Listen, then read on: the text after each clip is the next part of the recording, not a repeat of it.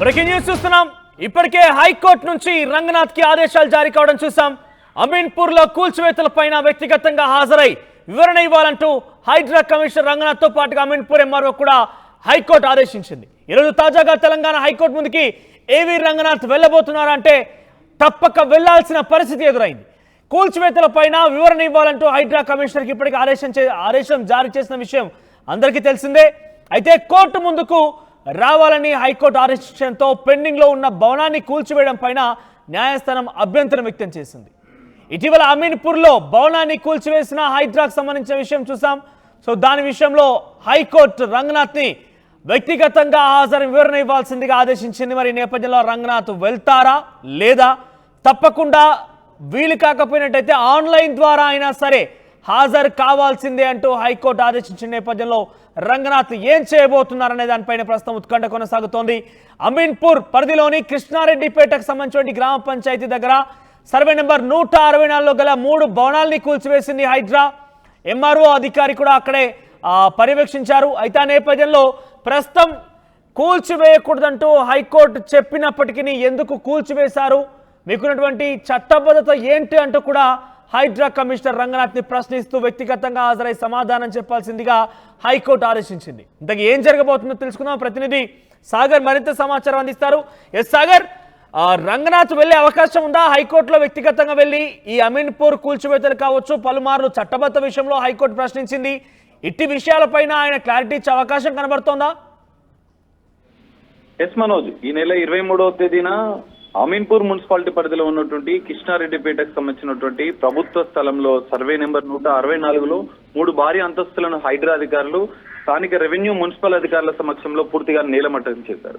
క్షణాల్లోనే పూర్తిగా నేలమట్టం చేసిన పరిస్థితి ఉంది. ఈ నేపథ్యంలో ఆ భవనాల్లో ఉన్నటువంటి చిల్డ్రన్ హాస్పిటల్ కి సంబంధించినటువంటి గణేష్ కన్స్ట్రక్షన్ కోర్టు కేసులో పెండింగ్ ఉండగా కూల్చివేశారు హైడ్రా అధికారులు అంటూ హైకోర్టును ఆశ్రయించారు. ఈ నేపథ్యంలో హైకోర్టు పెండింగ్ కేసులో ఉన్న భవనాన్ని ఎలా కూలుస్తారంటూ ఆగ్రహం వ్యక్తం చేసింది హైడ్రా పైన.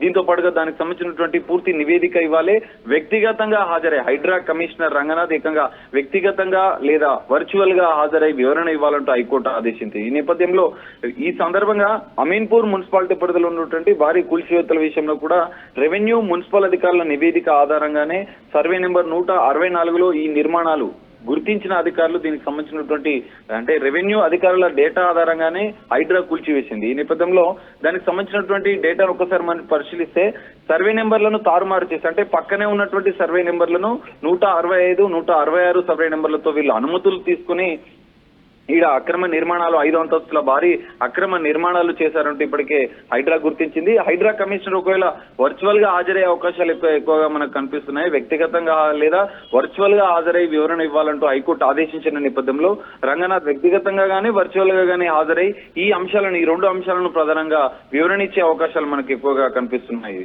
మనోజ్, అమీన్పూర్ ఎంఆర్ఓ కూడా ఆదేశాలు జారీ చేశారు. తనని కూడా వ్యక్తిగతంగా హాజరు కావాలి, కూల్చివేతలపైన క్లారిటీ ఇవ్వాలంటగా హైకోర్టు ఆదేశించిన నేపథ్యంలో ఇద్దరిని కలిసి విచారించే అవకాశం ఉందా? అంటే ఏ రకంగా సర్వే చేశారని కానీ 164లో ఉన్నటువంటి ఆ భవనాలని సర్వే చేశారా లేదా, వారంతా కూడా 165, 166లో పర్మిషన్ తీసుకున్నామంటూ చెప్తున్నారు. వాళ్ళ పర్మిషన్స్ ఉన్న చోటే నివాసం అక్కడ బిల్డింగ్ ఏర్పాటు చేసామంటగా వాళ్ళు చెప్తున్నారు. కాబట్టి ఇంతకీ ఏ రకంగా విచారణ ఉండబోతోంది? ఇద్దరిని కలిసి విచారిస్తారా? ఎస్ మనోజ్, ఖచ్చితంగా అంటే వర్చువల్ గా హాజరైతే ఇద్దరిని కలిసి విచారించే అవకాశం అయితే ఖచ్చితంగా కనిపిస్తుంది. ఖచ్చితంగా అది హైడ్రా కమిషనర్ రంగనాథ్ గానీ స్థానిక ఎంఆర్ఓ గానీ వాళ్ళ దగ్గర ఉన్నటువంటి నివేదిక ఆధారాలు ఏదైతే ప్రభుత్వ సర్వే నెంబర్ 164లో తాము కూల్చివేతలు చేశాం, ప్రభుత్వ సర్వే నెంబర్ లో మాత్రమే తాము కూల్చివేశాము, ఈ సర్వే నెంబర్ 165, 166 హెచ్ఎండిఏ లేఅవుట్ సంబంధించినటువంటి నిర్మాణమే, వాటిని మేము టచ్ చేయలేదనే ఎక్స్ప్లెనేషన్ కూడా ఇచ్చే అవకాశం మనకు కనిపిస్తుంది. ఎందుకంటే ఇప్పటికే సర్వే నెంబర్ లో ఉన్నటువంటి నిర్మాణాలను ఇక్కడే అక్రమ నిర్మాణాలను ఇప్పటికే గతంలో కూడా ఎంఆర్ఓ హైడ్రా కమిషనర్ రంగనాథ్ కూడా చెప్పారు, గతంలో చెప్పిన పరిస్థితి ఉంది. వాటిని ఇంతకుముందే అధికారులు కూల్చివేశారు, కానీ మరోమారు వారు అధికారులను లెక్క చేయకుండా 5 అంతస్తుల భారీ భవనాలను నిర్మించారు. ఈ నేపథ్యంలోనే స్థానిక రెవెన్యూ అధికారుల నివేదిక ఆధారంగానే వారికి సహాయం చేయడానికి మాత్రమే హైడ్రా రంగంలోకి దిగింది, కూల్చివేసిందని చెప్పే అవకాశాలు మనకు కనిపిస్తున్నాయి. మరోవైపు చట్టబద్ధత అంశాన్ని కూడా అనేక మార్లు హైకోర్టు ప్రశ్నించింది హైడ్రాను. ఈ నేపథ్యంలో కూడా చట్టబద్ధత అంశంతో పాటుగా హైడ్రా జీవో 99 ప్రకారమే, నిబంధనల ప్రకారమే అన్ని డాక్యుమెంట్స్ ను పరిశీలించిన మాత్రమే చర్యలు తీసుకుంటుందని వివరణ ఇచ్చే అవకాశాలు మనకు కనిపిస్తున్నాయి. మనోజ్, సో చట్టబద్ధ విషయంలో రంగనాథ్ హైకోర్టుకి ఎటువంటి విషయాలు చెప్పాయి? కేవలం జీవో ద్వారా మాత్రమే హైడ్రా అనేది ఏర్పాటైంది. అటు రెవెన్యూ ఇరిగేషన్ అధికారుల సంయమనంతో ముందుకెళ్లాల్సి ఉంది. కానీ కొన్నిసార్లు హైడ్రా చాలా దూకుడుగా ప్రదర్శిస్తున్న విషయం మనం చూస్తున్నాం. పెద్ద ఎత్తున వీడియోస్ వైరల్గా మారుతున్నాయి, చాలా ఆవేదన వ్యక్తం చేస్తున్నారు. అట్టి విషయాలపైన చట్టబద్ధత లేకుండా ఏ రకంగా ముందుకు వెళ్తున్నారంటూ రంగనాథ్ని హైకోర్టు క్వశ్చన్ చేస్తే రంగనాథ్ నుంచి ఎటువంటి సమాధానం వచ్చే అవకాశం ఉంది?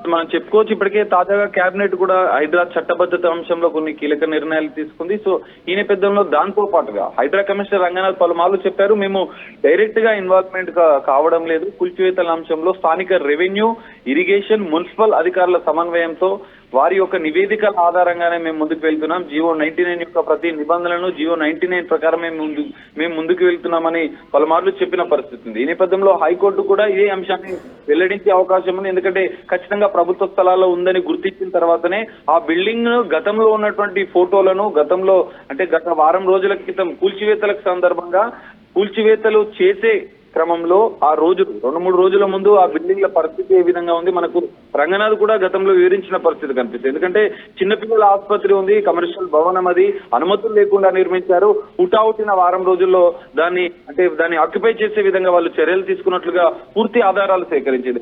ఈ నేపథ్యంలో రెవెన్యూ అధికారులు మున్సిపల్ అధికారుల సమక్షంలోనే వారి యొక్క నివేదిక ఆధారంగానే పూర్తి ఆధారాలు తీసుకొని మాత్రమే హైడ్రా చర్యలు తీసుకుందని చెప్పే అవకాశాలు మనకు ఎక్కువ వివరణ ఇచ్చే అవకాశాలు కూడా మనకు కనిపిస్తున్నాయి. మనోజ్ రైట్ సాగర్. సో మొత్తం మీద రోజు హైకోర్టు ఆదేశాల మేరకు హైడ్రా కమిషనర్ రంగనాథ్ హైకోర్టు వెళ్ళబోతున్నారా? అమీన్పూర్లో జరిగినటువంటి 3 బహుళ అంతస్తుల భవనాల కూల్చివేత సమయంలో తీసుకున్నటువంటి తీరుని ఆయన వివరించబోతున్నారా? రెవెన్యూ అధికారుల సంయమనంతోనే నేను ముందుకు వెళ్ళాలంటూ సమాధానం చెప్పబోతున్నారా? అసలు ఏం జరగబోతోంది? హైకోర్టులో జరిగినటువంటి రోజు విచారణకి రంగనాథ్ హాజరవుతారా లేదా? వర్చువల్గానే పర్వాలేదు, హాజరు కావాలంటూ హైకోర్టు ఆదేశించిన నేపథ్యంలో ఆయన వర్చువల్గా హాజరవుతారా, వ్యక్తిగతంగా వెళ్తారా, ఎటువంటి సమాధానం చెప్తారనేది మాత్రం చూడాల్సింది. పెద్ద ఎత్తున ఉత్కంఠ రేపుతున్న పరిస్థితి కనబడుతోంది. మరి ఏం జరుగుతుందో చూడాలి.